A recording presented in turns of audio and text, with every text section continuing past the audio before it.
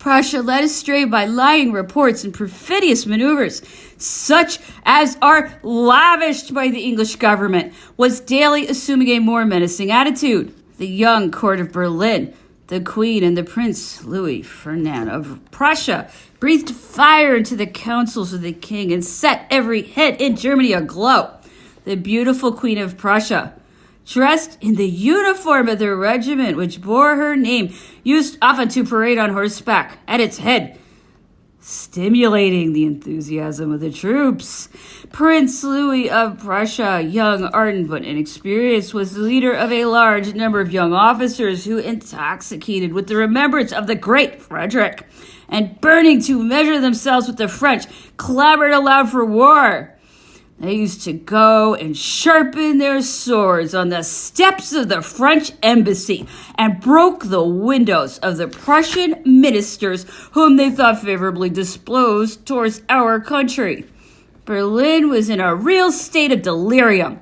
The king was persuaded that in declaring war with France, he would be carrying out the unanimous wishes of the nation. In the first days of the month of September, the emperor, rendered anxious by Prussia's arming and the order given to the Prussian royal guards to leave Berlin and to proceed to the frontier, desired Monsieur de Noblesdorff, the Prussian envoy to Paris, to furnish him with explanations on these matters.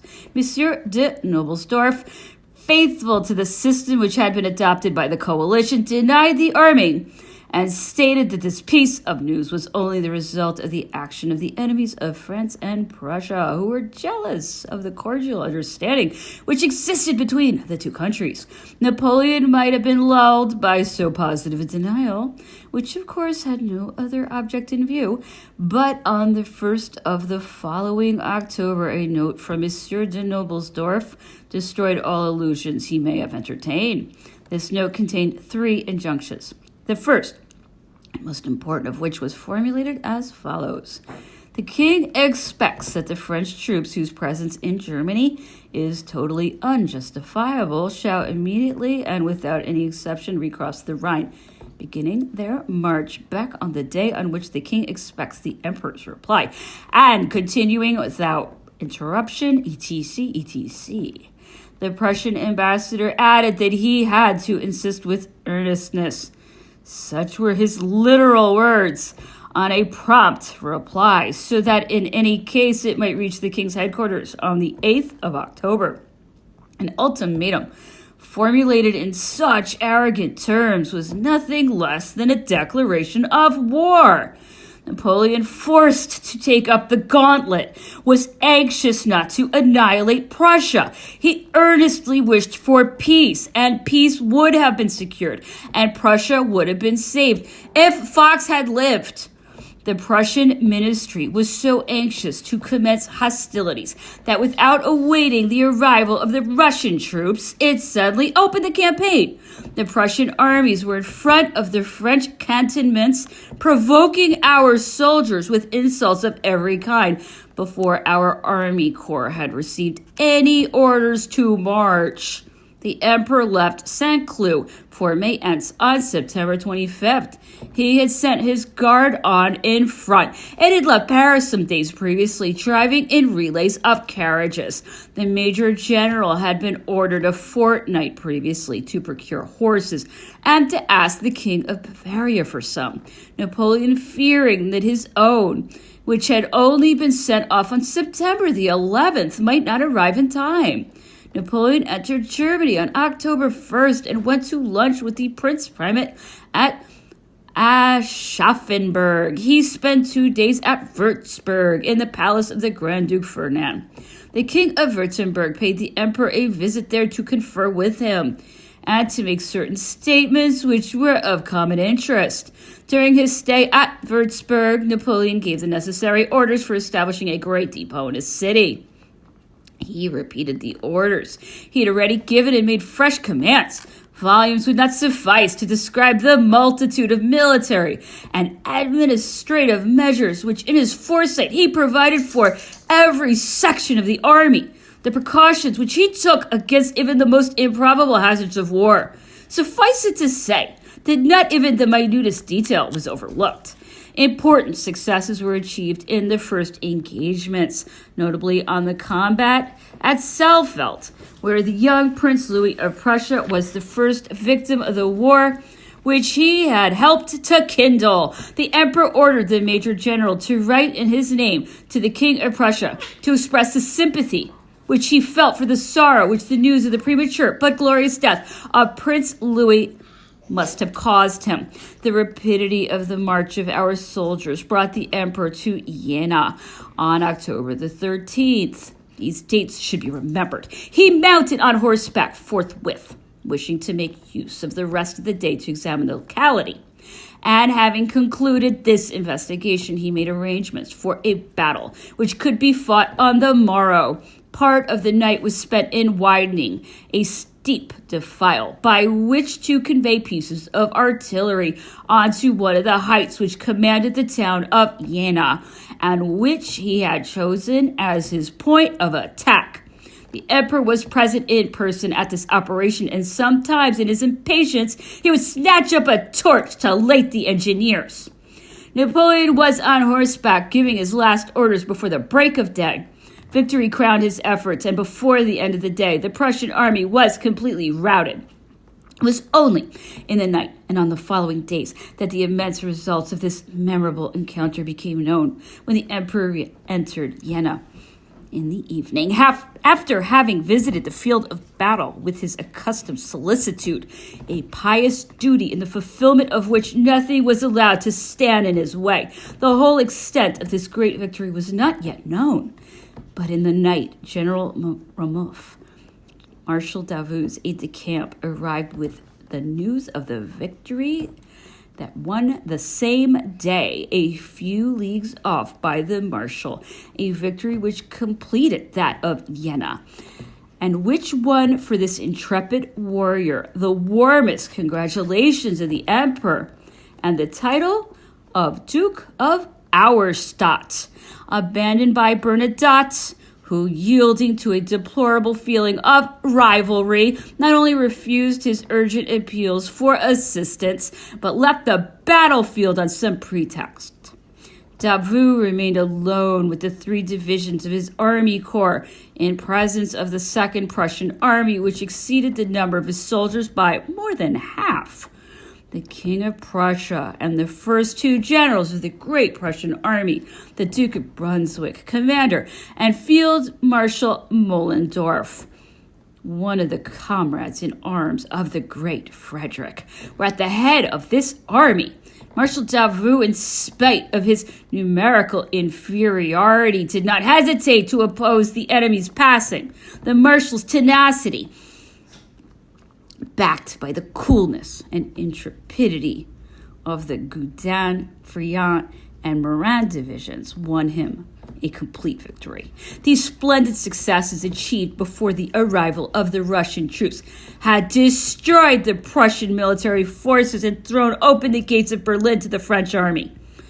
The emperor, master of all the enemy's communications and assured of victory, had written from Gera to the King of Prussia to declare that in spite of all his advantages, he was disposed to restore peace to the nations, that he had given the Prussian monarch no real cause for war, and that he asked him to remove from his councils the Crackpates, who 14 years previously had wanted to take Paris, and who had provoked the present war. Monsieur de Montesquieu, Napoleon's officer of ordnance and chamberlain, who had been commissioned to carry this letter, was detained at the enemy's outposts. The emperor's letter was sent on to the king, who, according to what he said, did not receive it till the following day, when the fighting had already begun. But even if the king had received it on the previous evening, its perusal would have done no good. So great was the excitement of our adversaries. The remnants of the Prussian army, which had showed itself inferior to its great reputation, dispersed, and, flying in every direction, fell one after the other under the ardent pursuit of the French army. 1 month after entering the field, the enemy's army no longer existed. On the morrow of the Battle of Jena, the emperor called together the officers of the Saxon troops, which had been taken prisoners, and through my old comrade Moustier, who acted as interpreter, informed them that he would send them back home if they would promise not to serve against France again. The Saxon prisoners numbered 6,000 men and 300 officers. This act of generosity won for Napoleon the sympathy of a prince worthy of esteem and respect, the King of Saxony, whose friendly feelings and loyalty toward him never failed, even in the midst of the cruelest adversity. At the same time, it was one less ally for the Prussians. Napoleon thereupon left for Berlin, halting at Weimar. The Grand Duchess, sister of the Emperor Alexander, came to meet him with all her court and asked for his protection for her estates. The Emperor received her with courtesy, although her husband was commanding one of the Russian army corps, and gave orders that this new Athens, the home of the first littérateurs of Germany, should be respected. As he passed through Rossbach, Napoleon gave orders for the removal of the monument which the Prussians had erected on the spot in remembrance of the battle of that name. This monument, which consisted of a small pillar, was transported to France. The scattered remnants of the vanquished army were pursued without respite in all directions. The troop amongst which the King of Prussia found himself tried to rally at Magdeburg. In his flight, the king ran the risk of being taken prisoner at Weissensee, where he was cut off by a division of dragoons belonging to the French General Klein. The Prussian General Blücher saved his king by a trick, assuring General Klein that an armistice had been concluded. As a matter of fact, the king had asked for an armistice, but Napoleon had refused it. The general was blamed in an order of the day for having given credence to the mere word of the enemy in so serious and important a matter. Whilst the emperor was at Wittenberg, he received a letter from the Duke of Brunswick, which was brought by an officer of his household. The Duke wrote, as a suppliant, to commend his country to Napoleon's generosity and to place it under French protection. The emperor took the opportunity to express himself very severely on the Duke of Brunswick's conduct in 1792 and in the present war, on the violent proclamation with which he had threatened the French nation with sword and fire, and the insolence with which he had summoned our brave army to evacuate Germany by gradual stages and to flee without fighting before the Prussian eagles. And on his present abasement in coming today in person to implore the generosity of a people which he had dared to threaten with shameful chastisement, Napoleon declared that he would not take reprisals, that General Brunswick would be treated with all the respect due to a Prussian officer, but that he would only be treated as a Prussian general and consequently not as a sovereign, but that the inhabitants of the Duchy of Brunswick would find generous enemies in the French soldiers. He repeated several times that to destroy the dwellings of peaceful citizens was a crime which could be repaired with time and money, but that to dishonor an army by requesting it to flee before the Prussian eagles was a baseness which only the man who advised it was capable of committing. The same Duke of Brunswick who had excited this legitimate indignation was mortally wounded at Auerstadt by a cannon shot in the head and was conveyed to Brunswick. He did not await the French there and was conveyed on to Altona, where he breathed his last. The emperor, as a proof of the satisfaction which he had felt at Marshal Davout's splendid conduct and the bravery of his army corps at Auerstadt, reserved for them the honor of being the first to enter Berlin. He betook himself there in person towards the end of October. He spent 2 days at Potsdam, where he visited the castle of Sanssouci, which he had explored with great interest. He made his guides explain to him all sorts of particulars, the sort of life that the great Frederick had led in this residence of his. Writing tables stained with ink were to be found in most of the rooms. There was an immense alcove in the king's bedroom, in which Frederick the Great used to sleep on a small bed, which had been removed since then. In the same room were to be found a number of music desks, which had been used at the concerts at which Frederick played the flute himself and performed pieces of music which he himself had composed with the members of his private orchestra. Everything in these rooms showed this great prince's contempt for luxury and pomp. Nothing had been changed since his death. The emperor found the king's sword, his sash as general, and his cordon of the Order of the Black Eagle at Potsdam. He seized upon these trophies with eagerness, considering them as priceless, and presented them to the Hôtel des Invalides in Paris. We saw the apartment which Voltaire had occupied. The drawing room or cabinet of this apartment was hung with a painted and varnished tapestry, which represented apes and parrots perched on trellis work.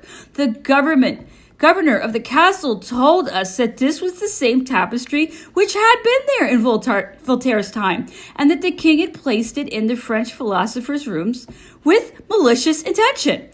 Monsieur Chastenet de Puységuer's work on the art of war, which we found in the library at Potsdam Castle, was opened at the very page where the king had finished reading it. A small volume in bastard 18 mo bound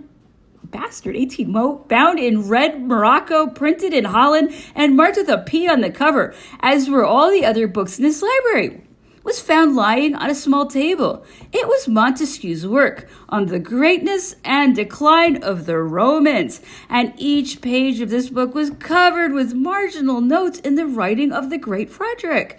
I carried this book to the emperor, and he kept it in his library. Monsieur de Talleyrand, who heard me speak of it, asked me for it. I gave it to him, but was never able to get it back, though I frequently asked him for it. The emperor went from Potsdam to Charlottenburg, where he slept. This was one of the king's plaisances.